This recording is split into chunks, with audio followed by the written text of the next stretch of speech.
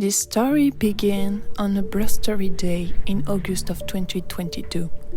The kind of day where the wind whipped across the ocean, sending waves crashing against the rugged coastline of the island of Ouessant. The sky was dark and gloomy, and a light rain fell from the sky, making the ground of this islet of rock at the very end of northern Finistère smooth and treacherous. I had been hiking along the cliffs, seeking shelter from the howling winds, when I stumbled upon the ancient castle. At first, I thought it was just another ruin, left to decay over the centuries. But as I approached, I saw that the castle was still standing, its walls weathered but sturdy. The front door seemed to have been destroyed a long time ago. I saw this as an invitation to take a look inside the old building. First curious, I felt more and more drawn to the castle, as if some unseen force was pulling me towards its ancient walls. As I cautiously explored the castle, I stumbled upon a small room. The room was cluttered with debris and strewn with stones, making it a treacherous journey to navigate through. Amidst the rubble, I spotted an old book lying on the ground. The book was ancient and had a worn leather cover with intricate carvings that appeared to have been done by skilled craftsmen. With mixture of curiosity and excitement, I picked up the book, blowing the dust off the cover. When I opened it, I was first surprised to find that the pages were blank. I flipped through them, searching for any sign of writing, but there was nothing. But suddenly, I watched a faint handwriting begin to appear, as if someone were writing in real time. Despite my growing unease, the archaic writing was captivating, drawing me deeper into the castle of Ouessant's mysteries. As the storm intensified outside, I decided to stay and immerse myself in reading this strange artifact. Deep within the labyrinth of the world, where the winds of fate howl through the corridor of time, the whispers of forgotten secrets and forbidden knowledge are carried on the wind. Thus, the invisible hand begins to reveal the dark history of the castle of Ouessant. As all stories, this one begins a long time ago. In this little piece of land far from all civilizations, has been created a private society underground. The few obscure men at its origins named it Brotherhood of Ouessant. In their small islet of rock protected by violent ocean currents from the cowardice and the sickness of the world, they made a blood pact and pledged loyalty to the devil for the sake of their families and land.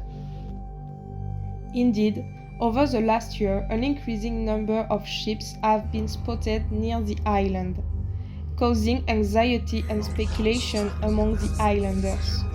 Some fear that the peace they have known for so long may be coming to an end. Hence, they decided to sacrifice themselves so that the wars of the outside never disturb the sweet life of the people of Ouessant. This contract between these common men and the bowels of the earth and the death was signed in these terms. For the protection of the island of Ouessant, every 30 years a man of all families must sign the pact, and when the time and shadows of death come, he will marry the darkness of hell. The pact brought to this little land of rock stability and harmony, allowing the people to strive in peace and security far from men of the continent. A castle has been built in the honor of men down to Hades, and the islanders lived in this way for centuries. But one day, in a not so distant time, longing for adventure and justice, a group of courageous young people decided to fight against the Brotherhood of Ouessant's part. They yearn for more than their secluded island could offer. They dreamed for a life beyond the horizon. They were appalled by the brutality of the pact that had protected their island for centuries. They saw it not as a safeguard, but as a prison, trapping them in the cycle of sacrifice and secrecy. They could not longer accept the sacrifice of their own people to maintain a fictitious peace. With the fervor and courage of youth, the rebels tore down the ancient symbols of the pact, defying the warning of the elders and the words of the shadow forces that had protected the island for so long. The winds of change blew strong that day on the island of Ouessant, bringing with them the promise of freedom and adventure, and freeing the islanders from the dark secrets and sacrifices of their past. This is how the island was opened to the world and was listed on the maps. As more people came, the island lost some of its identity, harmony and charm.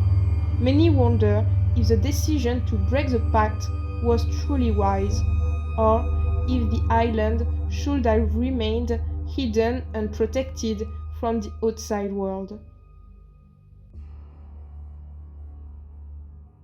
As the Book of Ouessant came to an end, the wind and rain gradually subsided. I couldn't help feeling a sense of unease, as if something dark and mysterious still lingered in the air. I stepped out cautiously into the night, with only the faint whisper of the wind and the sound of my own footstep echoing through the silence of secrets of this little island at the end of the world.